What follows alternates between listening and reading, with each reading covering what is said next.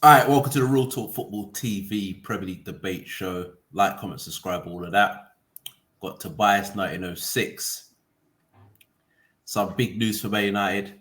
Leny Yoro signs for Man United, beating Real Madrid and Liverpool to the siding. Let's talk about Man United first, then we could go on to Liverpool. It's 1-0 to Man United in the transfer window. They've got one over Liverpool. Arguably the best young centre-half in Europe, described by Real Madrid scouts as the Kylian Mbappe of centre-backs. And now he's gone to Man United. Tobias, and you just agreed to deal with Ugarte for PSG. So you've got your centre half what you needed, and you've got your DM what you needed. What's the realistic expectation for Man United then? It has to be Champions League minimum. Of course, that would have been it, regardless of who we brought in anyway. Yeah, like top four was always the standard anyway. So even with the squad we had, to be honest, I didn't see it was that bad where you can achieve the top four without the injuries. But that's a separate subject. I'm not going to get lost in the sauce. I'm not going to lie. Like, I've got PTSD from the French youngsters we've signed recently, like the Martials who I loved, Pogba, Schneiderlin. Like, they haven't worked out, and it is potential. We're paying for potential. Yeah, but he's classed as a generational talent. So for £52 million, you could argue in the next 3 or 4 years have the best centre back on the planet. The way they're talking about this guy, so he rejected. No, he didn't reject, but he didn't go to Real Madrid. Liverpool was said it's supposed to be going all out for him, and somehow let Man United get him, which is bonkers to me. But that's a big signing for Man United, and it feels like the first time in 12 years that Man United, unfortunately, have got some bloody structure in place to buy players and strike when the iron's hot very quickly as well. And move players on, which has been the most important thing for us at the minute. Pushing them out the door, coming in one and going out the other. I don't like this shit, man. Like, I don't like it, man. What's happening? Decent deals. They need to fuck off, man. They need to get back to how it was, man. The glory days, man. Signing the Casemiros for like 350 grand and everything there. I don't like it. It's not looking good. Plus, he's a fan. Plus, he's a fan. 70 mil. Yeah. Nah, but to be honest, I'm not getting lost in it just yet. I'm not getting too excited. The proof is in the pudding. I'm not expecting him to hit the ground running. He might be what he is, but adapting to the Premier League is going to be a big thing for him. Yeah. So I don't think no one's actually thinking like he's going to hit the ground running. But you're looking. This is a long term. This is a long term project. Long term, but short term, because we know that once he hits his pinnacle, who's going to come knocking? You know, really, his heart's set on down Real Madrid. Yeah, but Man United will say, "Well, you could have him for 100 mil, so we get our price back." Yeah, double your price. We get the price, but at times when if you're saying that potentially you've got centre half as well, you've got 15 years in the player. It's never going to be that. You're never going to expect that from a foreign player in these days, especially. So you're never going to see it. So yeah, you take what you're given. You just have to have the same structure in place to re-up again. That's the whole point now. Is in terms of it's financial. It's a financial benefit, but they just got to keep the supply line rolling. Who's he coming in for? Well, there's been a lot. Well, Varane's gone. Lindelof could be going. Kambala's gone. So, do you think you still get another centre half, an experienced one where they're going to go for the lit, aren't they? It seems that way. They're looking to move out either Maguire or Lindelof. Wan-Bissaka potentially could be going. A lot better than the price I was hearing previously, like the 8 to 10 millions. 20 mil sounds a lot better. So yeah, as long as this money keeps coming in and we can do something with the money, then you're happy. But again, you're still going to argue the point that with all these players coming in, all this movement, you're still semi in the transition. So everyone, the expectations. Bro. No. Fuck that. I don't want to hear transition. I don't want to hear that word ever again. Transition. This motherfucker's been there for ages, bro. There's no transition. Man called the transition. Man tried to slightly put it in there. Transition. There is no transition. This guy's been here. Transition. Shall I tell you what? Tried it. You see how excited chat gets, yeah? No, to try and eliminate anything. That's a transition, you know. 1906, he said transition. I said semi-transition, bro. Bro, there's no such thing as semi. With the movement, I'm not saying this is a negative transition. You've had your team, you've had your managers, you've had everything else going, your style of football. Ten Hag's put his stamp down. Don't even give me all that nonsense. It's put out, he's bringing in that ain't transition. I'm not having that. How many seasons? How many seasons? Am I hitting your season bracket? What did you say about Klopp? Another 5 seasons you would have given him. Behave yourself. 3. Behave yourself. Don't start talking about seasons, man. You would have gave him another 3, yeah? You're not in transition no more. When I'm saying a semi-transition, I'm saying that the expectations are always going to be where they are. I'm not saying that you can finish outside the top 4 and that's acceptable. And that's not even just the top 4 thing. I'm saying that he needs to be in contention, like there or thereabouts, not no scraping top 4. I don't want to be 20 points behind, 30 points behind Man City. That's when it comes unacceptable. To get in top 4 is one thing, but it's the point difference that's just embarrassing. You can't be getting top 4 and being 20, 30 points behind the leaders. That's unacceptable. It should be challenging. I'm not saying challenging. We should be up there, thereabouts. I'm not saying challenging. I'm not getting Man that. United you're talking about. You should be challenging. Yeah, you want to jump off Man United. Yeah. Worry about you, isn't it? This is what I'm saying. Like, worry about you. Man size one player now. Man say, worry about you lot. Fucking hell. I'll be telling you, man, this for the longest, though. I'll be telling you like this for your worry needs to be less worry on us and more worry on you, man.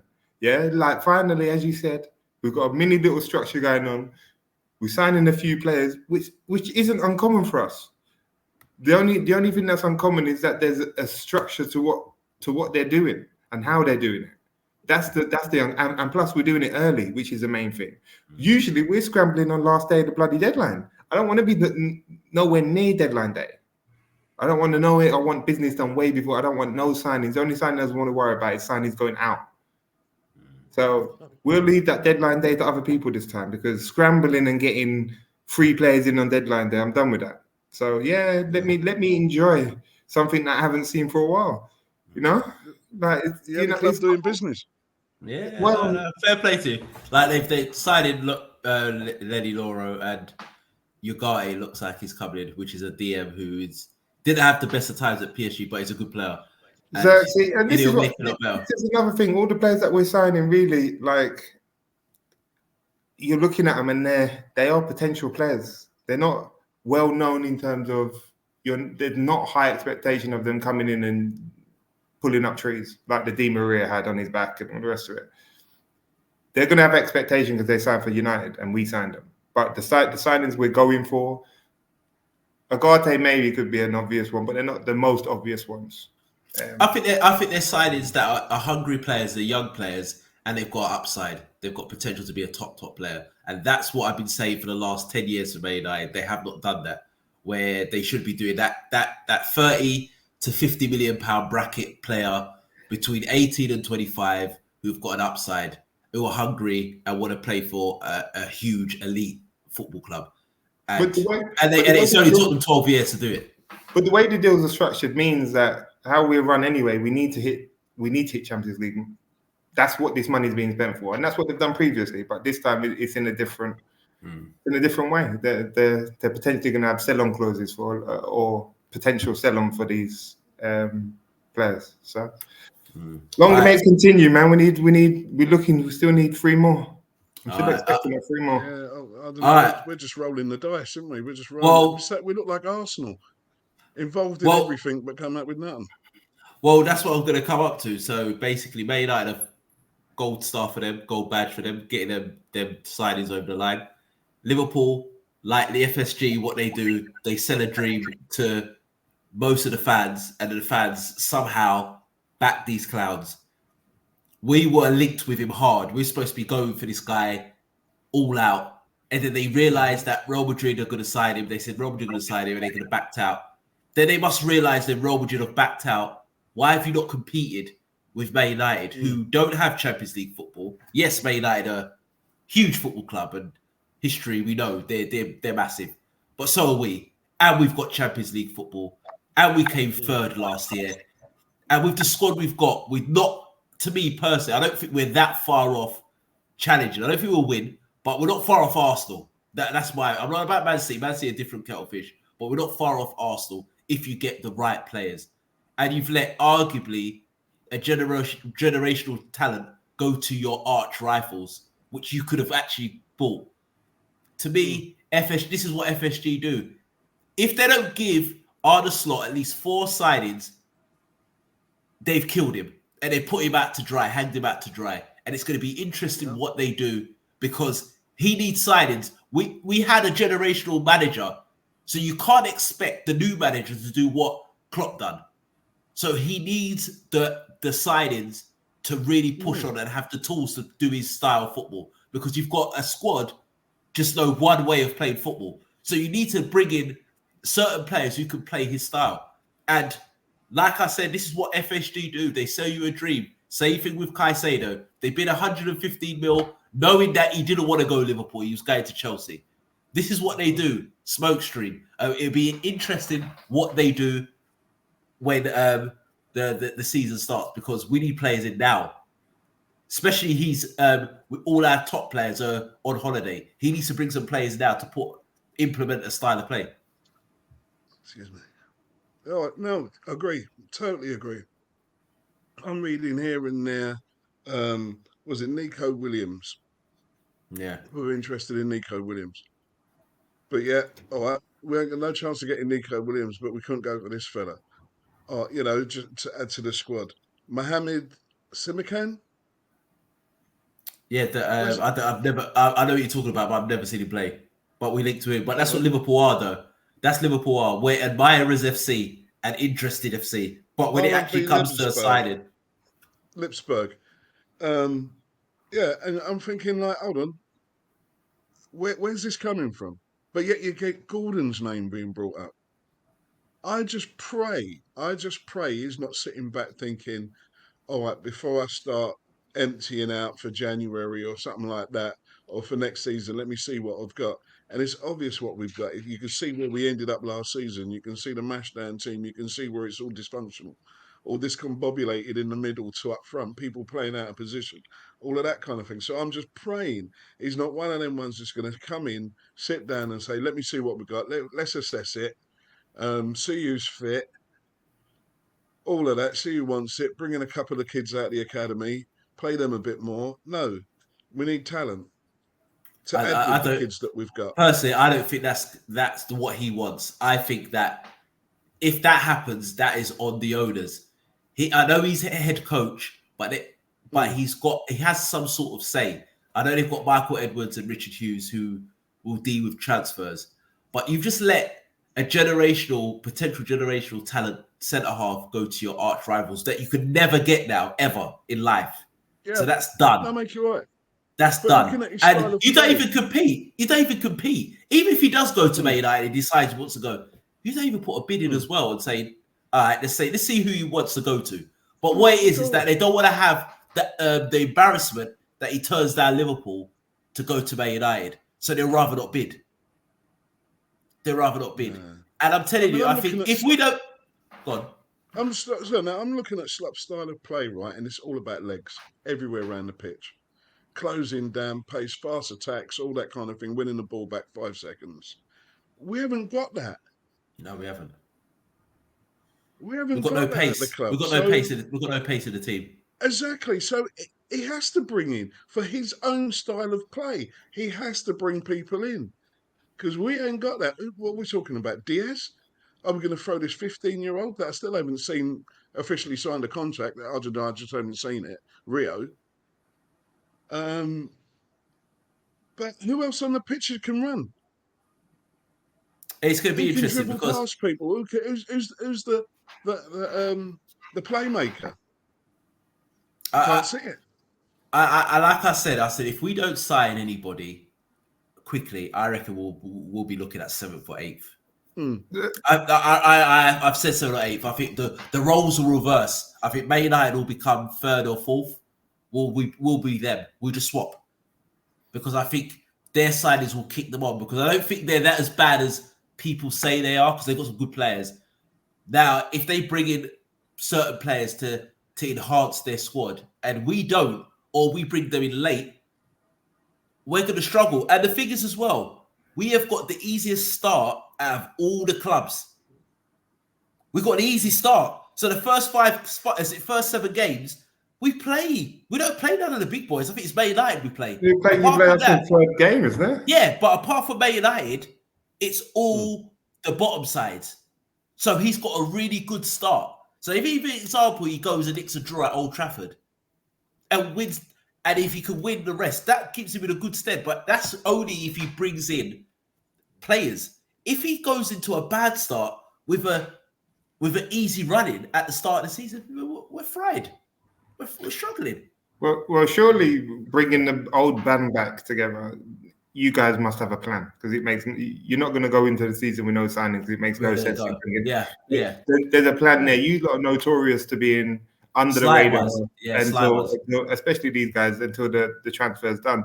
So I wouldn't be that concerned at the minute. You know, it would have been a bidding war between us and you, and financially, in terms of wages, we would have been prepared to offer a lot more. That 150 reportedly that he's on doesn't fit your pay structure at all. Yeah. You'd be looking to get him on the cheap 70s all day. That suits better, because it just what does it do if you bring Yoro in 18 on 150 plus, and if you're involved as well as us, then it would have been more than 150, wouldn't it? Yeah, but the thing is as well, even when you're right, and I think what 1906 said about Nico Williams. We knew about Nico Williams was a good player, and he's got a release clause. I know he's on big wages at Atletico Bilbao, but it doesn't matter. But now, what you've lot have done now, he's been a star in the Euros. So there's no chance now. So if he has got a release clause, it's going to be a bidding war. And I don't understand why you can't bid with other clubs. Why do you have to go for players that nobody else bids for? Good players are going to be, other clubs are going to know them, not just you. We've got what's his name? Richard Hughes as new sporting director and all that kind of stuff. We've got head honchos in there. We got people that can get them, that bring in those kind of salad deals and all that kind of nonsense up in the back room. But I don't get. You ain't getting them salad deals no more, man. You see these bargains that you used to get before, and these bargain wages you used to pay. You're not getting it from those sort of players no more, because you're now a big club, isn't it? I'm not saying you wasn't a big club, but you're more of an established club than you was beforehand. So people are coming in with high expectations, and as soon as you knock on the door now, the price is 10, 15 million more than what it was. Because big old Liverpool are interested. I'm not even hearing there's a price hike on it. I'm not hearing that. Yeah, but with American owners, South America looking at, looking at the next, I don't know, Messi or whatever. Do you know what I mean? We ain't nowhere. You've not used the FSG though. You've gone into seasons before not signing players off the back of successful seasons. Yes, I know. It's got to be something you used to like. But Tobias is different because we had a generational manager. Like, we ain't got this now. So there's no way you can get an unproven manager and go on, just do your style of football with these players who've known one style for years with no signings. You're killing him. You're setting him up to fail. You are setting him up to fail. This is why I said but I told you, man, ages ago, yeah. You're making it too easy for the board. You're going into seasons and the sole sort of reliance is on Klopp. You made it way too easy. Yeah, but I don't even want to talk about it. You're way too accepting of going into seasons and not making decent money signings or decent signings for what you need. No, bro, we weren't. But what can you do? You just know what these clowns are, these owners are. And the thing is, Klopp backed them as well. He didn't really go against the grain, which he could have. And I don't believe that he actually believed that he could go into seasons and not sign no players and still compete with Man City. I just think he had no choice and he couldn't be bothered to fight back with the owners. So he just kind of backed them. But there's no way Klopp is saying, I don't want no players when we just won the league. You signed in a position of strength. That's common sense. But the status he had, he could have said what he wanted and all the fans would have been on his side.